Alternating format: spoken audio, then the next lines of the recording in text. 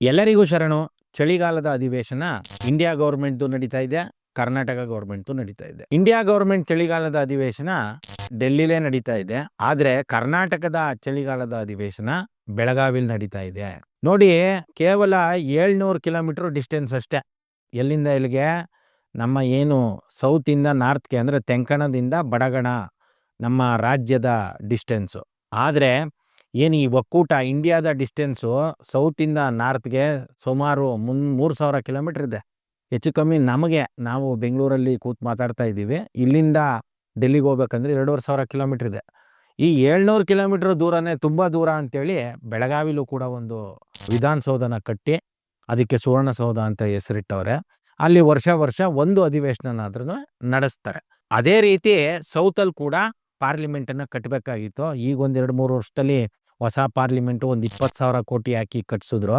ಅದು ಮತ್ತೆ ಡೆಲ್ಲಿಲೇನೆ ಕಟ್ಸಿದ್ರು. ಈ ಸೌತ್ ಇಂಡಿಯಾದ ರಾಜಕಾರಣಿಗಳಾಗ್ಬೋದು, ನಮ್ಮಂಥವ್ರೆಲ್ಲೋ ಕೆಲವರು ಬಿಟ್ಟರೆ ಇನ್ನು ಮಿಕ್ಕದವರು ಆ ಪಾರ್ಲಿಮೆಂಟು ಸೌತಲ್ಲಿ ಕಟ್ಟಿ ಅಂತ ಕೂಡ ಕೇಳೋದಕ್ಕೆ ಅವ್ರಿಗೆ ಬಾಯೇ ಇರಲಿಲ್ಲ. ಕಾರಣ ಏನು ಅಂತಂದರೆ, ಎಲ್ರಿಗೂ ಕೈಗೆಟುಕುವಂಥದ್ದು ಕರ್ನಾಟಕ ರಾಜ್ಯ ಸರ್ಕಾರ. ಆದರೆ ಅತಿ ಹೆಚ್ಚು ಪವರ್ ಇರುವಂಥದ್ದು, ಸರ್ವಾಧಿಕಾರ ಇರುವಂಥದ್ದು ಇಂಡಿಯಾ ಒಕ್ಕೂಟ ಸರ್ಕಾರದ ಕೈಯಲ್ಲಿ. ಇಂಡಿಯಾ ಒಕ್ಕೂಟ ಸರ್ಕಾರನ ನಾವು ಪ್ರಭಾವಿಸ್ಲಿಲ್ಲ ಅಂದರೆ ಜನಸಾಮಾನ್ಯರು ಇಲ್ಲಿ ಯಾವುದೇ ರೀತಿಯ ಒಳ್ಳೆ ಬದಲಾವಣೆಗಳನ್ನ ತರೋದಕ್ಕೆ ಸಾಧ್ಯ ಇಲ್ಲ. ಯಾಕಂತಂದರೆ ಪಾಪ ಈ ಏನು ರಾಜ್ಯ ಸರ್ಕಾರದವ್ರವ್ರೆ, ಇವರು ಸುಮ್ಮನೆ ನಮ್ಮ ಹತ್ರ ಟ್ಯಾಕ್ಸನ್ನು ಕಿತ್ಕೊಡುವಂಥ ಏಜೆಂಟ್ಗಳಷ್ಟೇ. ಅವರ ಆ ಕೆಲಸಕ್ಕೋಸ್ಕರ ಇವ್ರಿಗೊಂದು ಮುಖ್ಯಮಂತ್ರಿ, ಉಪಮುಖ್ಯಮಂತ್ರಿ, ಅದು ಇದು ಮಿನಿಸ್ಟ್ರು, MLA ಇವನ್ನ ಕೊಟ್ಬಿಟ್ಟು ಒಂದು ಗೂಟದ ಕಾರೆಲ್ಲ ಹಾಕಿ ಮಜಾ ಮಾಡ್ಕೊಂಡು ಇರಿ ಅನ್ನೋ ಥರದಲ್ಲಿ ಬಿಟ್ಟಿದ್ದಾರೆ. ಇವ್ರೇನಾದ್ರೂ ಜಾಸ್ತಿ ಮಾತಾಡ್ತು ಅಂತಂದರೆ ED, IT, ಪೈಟಿ ಅಂಥವೆಲ್ಲನೂ ಮಾಡಿಬಿಟ್ಟು ತೆಗೆದು ಒಳಗೆ ತುಂಬಿಡ್ತಾರೆ. ಹಾಗಾಗಿ ಈ ಒಂದು ಚಳಿಗಾಲದ ಅಧಿವೇಶನದಲ್ಲಿ ನಡೀತಾ ಇರುವಂಥ ಜನಸಾಮಾನ್ಯರನ್ನ ಸುಟ್ಟೇ ಹಾಕ್ಬಿಡ್ಬೇಕು, ಸುಟ್ಟೇ ಹೋಗ್ತಾರೆ, ಆ ರೀತಿಯ ಕಾನೂನುಗಳನ್ನ ಇವ್ರುಗಳು ತರ್ತಾ ಇದ್ದಾರೆ ಎರಡೂ ಕಡೆನೂ ಕೂಡ. ಆದರೂ ಕೂಡ ಜನಕ್ಕೆ ಆ ಬಿಸಿ ತಟ್ಟದೇ ಇರುವಂಥ ತೀವ್ರವಾದ ಚಳಿಲಿ ನರಳುತ್ತಾ ಇದ್ದೀವಿ. ವಿಪರೀತ ಚಳಿ ಅಂತೂ ಈ ವರ್ಷ ಇದೆ, 2025 ಡಿಸೆಂಬರ್ನಲ್ಲಿ. ನೋಡಿ, ಈ ಶಿಕ್ಷಣ ವ್ಯವಸ್ಥೆ ಇದೆಯಲ್ಲ, ಅದನ್ನು ಎಷ್ಟು ಸಾಧ್ಯನೋ ಅಷ್ಟು ಕೂಡ ಸಂಪೂರ್ಣ ಖಾಸಗೀಕರಣ ಮಾಡೋದಕ್ಕೆ ಏನೆಲ್ಲ ಬೇಕೋ ಅದನ್ನು ಮಾಡ್ತಾ ಇದ್ದಾರೆ. ಈಗ UGC ಅಂಡರ್ ಇದ್ದಿದ್ದು ಎಲ್ಲ ಯೂನಿವರ್ಸಿಟಿಗಳನ್ನೂ ಅದನ್ನು ತೆಗೆದಾಕಿ ತಿರ್ಗಾ ಇವ್ರದ್ದು ಯಾವುದೋ ಸ್ಯಾನ್ಸ್ಕ್ರಿಟ್ ಹೆಸರು ಭಾರತ ಗೀರತ ಅಂತ ಏನೇನೋ ಇಟ್ಕೊಂಡು ಅದನ್ನು ಏಕಸ್ವಾಮ್ಯದ ಶಿಕ್ಷಣ ಅಂತೇನೋ ಅದಕ್ಕೆ ಒಂದು ಮಸೂದೆನ ಪಾಸ್ ಮಾಡ್ಕೊಂಡಿದ್ದಾರೆ ಪಾರ್ಲಿಮೆಂಟಲ್ಲಿ. ಒನ್ಸ್ ಅಗೇನ್ ಏನಾಗುತ್ತೆ, ಇದು ಕೇಳೋದಕ್ಕೆ ಚೆನ್ನಾಗಿರುತ್ತೆ, ಎಲ್ಲ ಒಂದೇ ಅಂಡರ್ ಬಂದ್ಬಿಡ್ತು ಶಿಕ್ಷಣ ವ್ಯವಸ್ಥೆ ಎಲ್ಲ ಅಂತ. ಫೈನಲ್ ಆಗಿ ಏನು ಮಾಡ್ತಾರೆ, ಈ ಬ್ಯಾಂಕ್ಗಳನ್ನ ಏನು ಮಾಡಿದ್ರು, ಫಸ್ಟು ನ್ಯಾಷನಲೈಸ್ ಅಂತಂದರು. ನ್ಯಾಷನಲೈಸ್ ಅಂದರೆ ಅದರ ಮುಂದಿನ ಅಂತಲೇ ಪ್ರೈವೇಟೈಸ್ ಅಂತ. ಅದಕ್ಕೆ ದೊಡ್ಡ ಪುರಾವೆ ಈ ಬ್ಯಾಂಕ್ಗಳದ್ದು. ಅದೇ ರೀತಿ ಈಗ ಶಿಕ್ಷಣ ವ್ಯವಸ್ಥೆನ ಆ ರೀತಿ ಮಾಡ್ತಾ ಇದ್ದಾರೆ. ಇನ್ನು CBSE ಸಿಲೆಬಸ್ಸಲ್ಲೂ ಕೂಡ ದಾಳಿಗಳನ್ನ ನೀವು ಗಮನಿಸಬೇಕು. CBSE ಸಿಲೆಬಸ್ಸು ಸಂಪೂರ್ಣ ಅದು ಇಂಡಿಯಾ ಗೌರ್ಮೆಂಟ್ ಕಂಟ್ರೋಲಲ್ಲಿ ಇರುವಂಥದ್ದು. ಇವರು ಕಲಿಸುವಂಥದ್ದು ಏನು ಅಂತಂದರೆ, ಇವರು ನಮ್ಮ ನಾಡು ನುಡಿಯ ವಿಚಾರನ ಖಂಡಿತ ಕಲಿಸಲ್ಲ. ಅಪ್ಪಿತಪ್ಪಿ ಇಲ್ಲೇನಾದ್ರೂ ಅವ್ರಿಗೆ ಓದೋದಕ್ಕೆ ಕನ್ನಡ ಒಂದು ಸಬ್ಜೆಕ್ಟನ್ನು ಕೊಟ್ಟರೆ ಕರ್ನಾಟಕದಲ್ಲಿ, ಅದರಲ್ಲಿ ಒನ್ಸ್ ಅಗೇನ್ ಇವರೇನು ನಾರ್ತ್ ಇಂಡಿಯಾದ ಉತ್ತರ ಪ್ರದೇಶದ್ದೋ ಇಲ್ಲ ರಾಜಸ್ಥಾನ್ದೋ ಪಂಜಾಬ್ದೋ ಹಿಸ್ಟ್ರಿಗಳನ್ನ ಇಡುವಂಥದ್ದು, ಅದ್ರ ಬಗ್ಗೆ ತಿಳ್ಕೊಳ್ಳುವಂಥದ್ದನ್ನು ಮಾಡ್ತಾರೆ ಹೊರತಾಗಿ ಇಲ್ಲಿಯ ನಾಡು ನುಡಿ, ಇಲ್ಲಿಯ ಮೇರು ವ್ಯಕ್ತಿತ್ವಗಳ ಬಗ್ಗೆ, ಇಲ್ಲಿಯ ಕಲಾಚಾರಗಳ ಬಗ್ಗೆ ತಿಳಿಸೋದಕ್ಕೆ ಅವಕಾಶನೇ ಇಲ್ಲ. ನೀವು ಬೇಕಾದರೆ ಗಮನಿಸಿ, ನಿಮ್ಮ ಸುತ್ತಮುತ್ತ CBSEಲಿ ಓದಿರುವಂಥ ಮಕ್ಕಳು ಯಾರಾದರೂ ಇದ್ದರೆ, ಅವರು ಒಂದು ಡ್ರಾಪ್ಔಟ್ ಆಗಿರ್ತಾರೆ, ಅವ್ರಿಗೆ ಸರಿಯಾಗಿ ಇಂಗ್ಲೀಷು ಬರೆಯೋಕ್ಕೆ ಬರೋಲ್ಲ, ಕನ್ನಡನೂ ಓದೋಕ್ಕೂ ಬರೋಲ್ಲ, ಬರೆಯೋಕ್ಕೂ ಬರೋಲ್ಲ, ಸುಮ್ಮನೆ ಕನ್ನಡ ಮಾತಾಡ್ತಿರ್ತಾರೆ ಅಲ್ಲಿ ಸ್ಥಳೀಯವಾಗಿರೋದಕ್ಕೆ. ಇಲ್ಲ ಅಪ್ಪಿತಪ್ಪಿ ಅವ್ರು ಕಂಪ್ಲೀಟ್ ಮಾಡಿದರೆ ಅವರು ಈ ಸಮಾಜಕ್ಕೂ ನನಗೂ ಯಾವುದೇ ಸಂಬಂಧ ಇಲ್ಲ ಅನ್ನುವಂತೆ ಒಂದು ಶ್ರೇಷ್ಠತೆಯ ವ್ಯಸನದಲ್ಲಿ ಬದುಕ್ತಾ ಇರ್ತಾರೆ. ಈ CBSE ಸಿಲೆಬಸ್ಸು ಬೇಕು ಅಂತೇಳಿ ಇತ್ತೀಚೆಗೆ ಏನು ಶಿಕ್ಷಣ ವ್ಯವಸ್ಥೆಯಲ್ಲಿ ಹದಗೆಟ್ಟೋಗಿದೆ ಸರ್ಕಾರಿ ಶಾಲೆಗಳು, ಅದನ್ನು ನೆಪ ಒಡ್ಡಿ ಹೋರಾಟಗಳು ಬೇರೆ ಮಾಡ್ತಾ ಇದ್ದಾರೆ. ಇದು ಭಾಳ ದೊಡ್ಡ ಮಾರಕ.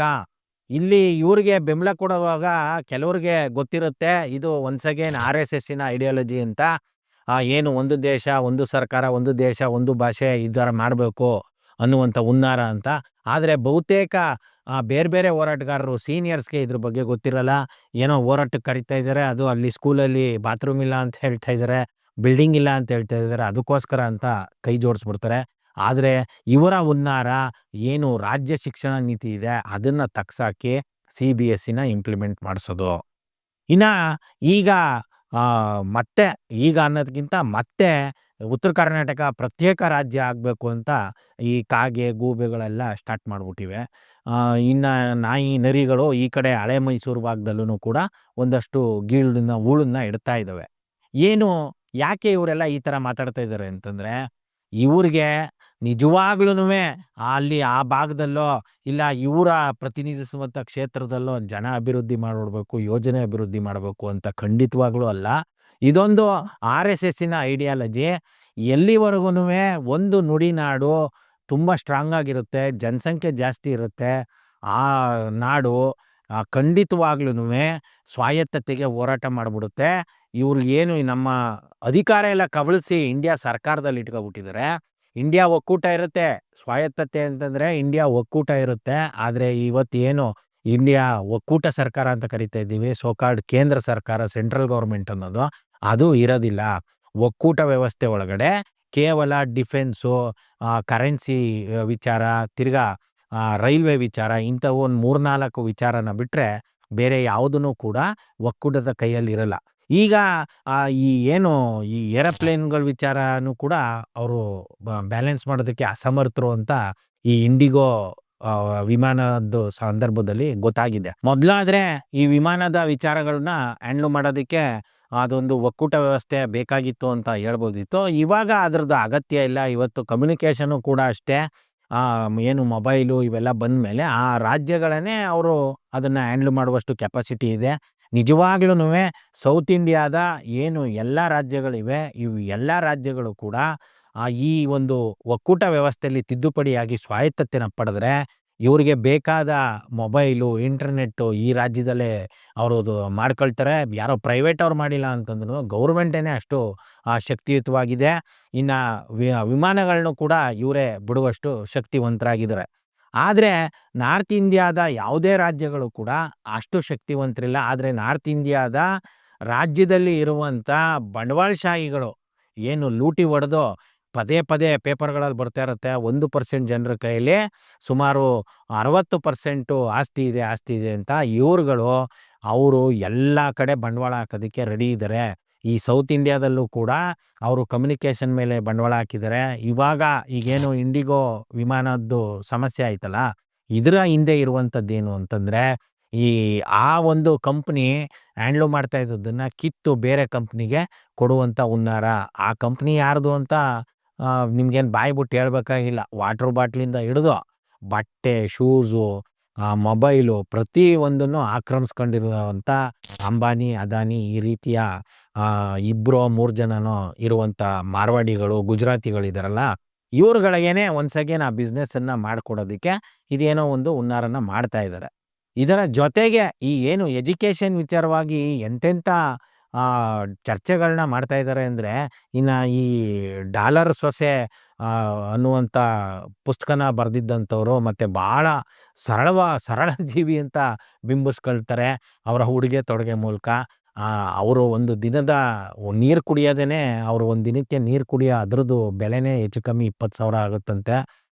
ಇನ್ನು ಅವ್ರಿಗೆ ಒಂದು ಹೊತ್ತಿಗೆ ಊಟ ಮಾಡಿಕೊಡೋಕ್ಕೇ 2-3 ಬಸ್ಗಳಲ್ಲಿ ಜನ ಇರ್ತಾರಂತೆ. ತಿನ್ನೋದಿಷ್ಟಪ್ಪ ಊಟಕ್ಕೆ ₹5 ₹10 ಊಟ ಮಾಡಿ ಕೂಡ ಬದುಕಿದ್ದಾರೆ.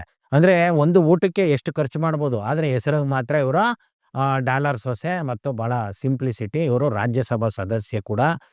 ಹೆಣ್ಮಗಳು ಅನ್ನುವ ಕಾರಣಕ್ಕೆ ಸ್ವಲ್ಪ ದೇವದಾಸಿ ಇದ್ರ ಬಗ್ಗೆ ಎಲ್ಲ ಕೆಲಸ ಮಾಡಿರೋದ್ರಿಂದ ಅದನ್ನು ಬಿಡಿಯಾಗಿ ನೋಡಿದಾಗ ಇರಲಪ್ಪ, ನಾವು ಮಾತಾಡಬೇಕು ಅಂತಂದರೆ ಬೇಜಾರಾಗಬೇಕು ಅನ್ನೋ ಥರ ಆಗುತ್ತೆ. ಆದರೆ ಒಟ್ಟಾರೆ ಇವರ ಕೊಡುಗೆ ಬಗ್ಗೆ ನಾವು ಗಮನಿಸೋದಾದರೆ, ಇವರು ತೆರಿಗೆ ಕಳ್ಳರು, 42,000 ಕೋಟಿನ ತೆರಿಗೆ ಮೋಸ ಮಾಡಿದ್ದಾರೆ. ಇನ್ನು ಆ ಕಾಲಕ್ಕೆ ತಕ್ಕಂಗೆ ಜನಸಾಮಾನ್ಯರನ್ನ ತುಳಿಯೋದಕ್ಕೆ ಏನೆಲ್ಲ ಬೇಕೋ ಅಂಥ ಕಾನೂನುಗಳನ್ನ ಇಂಪ್ಲಿಮೆಂಟ್ ಮಾಡಿಸಿದ್ದಾರೆ. ಅಂಥದ್ರಲ್ಲಿ ಈಗ ಒಂದು ಅವರು ಏನು ಹೇಳ್ತಾರೆ ಅಂದರೆ, ಯಾವುದದು ಭಗವದ್ಗೀತೆನ ನೀವು ಸ್ಕೂಲು ಪಾಠದಲ್ಲಿ ಹೇಳ್ಬೇಕು, ಪ್ರೇಯರ್ ಹೇಳ್ಬೇಕು ಅಂತ ಹೇಳ್ತಾರೆ. ತಿರ್ಗಾ ಈಗ ಇರುವ ಕಡ್ಡಾಯ ಶಿಕ್ಷಣ 6ನೇ ವಯಸ್ಸಿಂದ 14ನೇ ವಯಸ್ಸಿಗಿರೋದನ್ನ 3ನೇ ವಯಸ್ಸಿಂದ 14ನೇ ವಯಸ್ಸು ಮಾಡಿ ಅಂತ ಹೇಳ್ತಾ ಇದ್ದಾರೆ. ಎಂಥ ಅಪಾಯಕಾರಿ!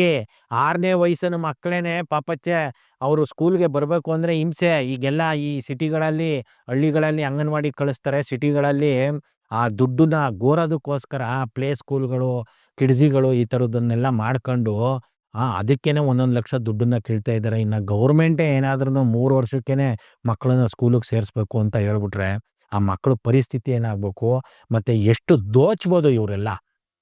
ಹಾಗಾಗಿ ಇನ್ನು ಶಿಕ್ಷಣ ವ್ಯವಸ್ಥೆ ಬಗ್ಗೆ ಭಾಳ ಅಂದರೆ ಭಾಳ ಅಧೋಗತಿಗೆ ತಗೊಂಡೋಗ್ತಾ ಇದ್ದಾರೆ. ಇಲ್ಲಿ ರಾಜ್ಯ ಶಿಕ್ಷಣ ನೀತಿ ಇಂಪ್ಲಿಮೆಂಟ್ ಮಾಡ್ತೀವಿ ಅಂತಂದ್ರು. ಇನ್ನೇನು ಈ ಸರ್ಕಾರದ ಅವಧಿ ಮುಗಿದೋಗ್ತಾ ಇದೆ, ಇನ್ನೂ ಇಂಪ್ಲಿಮೆಂಟ್ ಮಾಡಿಲ್ಲ. 2 ಲ್ಯಾಂಗ್ವೇಜ್ ಪಾಲಿಸಿ ಇಂಪ್ಲಿಮೆಂಟ್ ಮಾಡ್ತೀವಿ ಅಂತಂದರು. ಈ ಚಳಿಗಾಲದ ಅಧಿವೇಶನದಲ್ಲಿ ಘೋಷಣೆ ಮಾಡ್ತೀವಿ ಅಂದರು.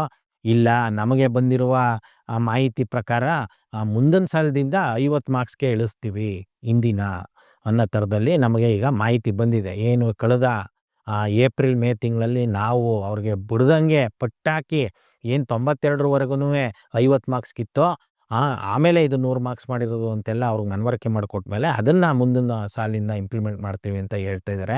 ಎಷ್ಟು ನಿಜನೋ ಎಷ್ಟು ಸುಳ್ಳೋ ಗೊತ್ತಿಲ್ಲ.